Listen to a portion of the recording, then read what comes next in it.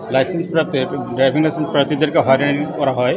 এখানে দালালের দৌরাত্ম্য আছে এই মর্মে অভিযোগ, এবং অফিসের কিছু স্টাফদের মাধ্যমে দালালরা যারা লাইসেন্স প্রার্থী তাদেরকে হয়রানির শিকার করেন, এবং তাদের কাছে যারা কিছু বেশি পয়সা দেন, অতিরিক্ত পয়সা দেন দালালদেরকে, তো সেই দালালরা অফিসের স্টাফদের মাধ্যমে তাদেরকে সহজে লাইসেন্স করে দেন, এবং যারা লাইসেন্স টাকা দেন না, দালালদের সঙ্গে যোগাযোগ করে না, তাদেরকে হয়রানি করা হয়। এরকম অভিযোগের প্রেক্ষিতে আমরা আমাদের দুদকের হেডকোয়ার্টার থেকে নির্দেশ নয় আমরা এখানে এসেছি। তো আমরা অভিযান চালাই শেরপুর বিআরটি অফিসে।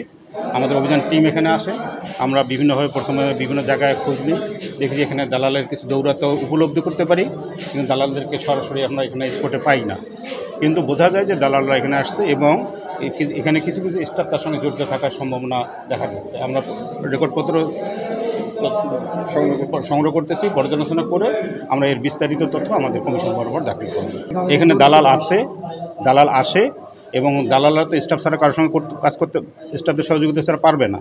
আমরা সেটাই চেষ্টা করতেছি প্রমাণ করার, যে কোন স্টাফের সঙ্গে দালাল কাজ করে। সেটার জন্য আমরা অভিযান চালাচ্ছি, এবং আমরা পর্যালোচনা করতেছি, রেকর্ডপত্র সংগ্রহ করতেছি। এটা প্রমাণের জন্য আমরা চেষ্টা করতেছি। আমরা এই ব্যাপারটা সে একজন দালালের সঙ্গে যোগাযোগ করে, এবং সেই দালালের সঙ্গে কথোপকথনটা আমরা শুনি, কিন্তু সেই দালালকে আমরা অফিসে আসতে বলি, ওই ছেলের মাধ্যমে আসতে বলি, কিন্তু সে এখানে আসেনি। আমি গত 2 মাস আগে লার্নার কার্ড করছিলাম, করার পরে আপনার পরীক্ষা দেওয়ার জন্য পরীক্ষা দিতে আসছি। তো এখানে আমাকে এক দালালে বলতেছে যে পরীক্ষা তো এমনিতে পাস করতে পারবো না টাকা না ছাড়া। পরে আমি তো মানে ঢাকায় চাকরি করি, চাকরির সুবাদে আসতে পারি না। পরে তাকে আমি কন্ট্যাক্ট করলাম 3000 টাকা দিন। পরে 3000 টাকা দিলাম, দেওয়ার পরে আপনার মনে করেন পরীক্ষা দিলাম, সমস্ত পরীক্ষা আমি নিজেও পাস করলাম। করার পরে আমি চলে গেলাম। আমার মোটরসাইকেল আর আমি লাইট মানে প্রাইভেট কার আর মোটরসাইকেল দুইটাতে দিয়েছিলাম, কিন্তু আমাকে একটাতে ফেলা দেওয়া হয়েছে। আমার তো মাথা ঘুরে গেছে, কারণ মোটরসাইকেলও তো আমার লাগবে ঢাকা শহরে। পরে আমি তার সাথে যোগাযোগ করলাম ফোনে, তার নাম হচ্ছে রুবেল, নকলাতে থাকে। যোগাযোগ করার পরে সে বললো তাড়াতাড়ি পাঠাও 1000 টাকা। আমি পাঠিয়ে দিলাম। পরে 2 দিন পরে আবার বলতেছে যে আরও 500 টাকা পাঠাও। আমি আবারও পাঠিয়ে দিলাম। পরবর্তী শুনি যে মানে কোনো কাজই আর করে নাই।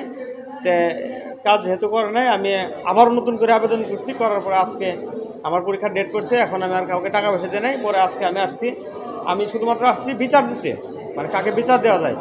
মুহূর্তে আমি দুদকের কর্মকর্তাদের সাথে কথা বললাম।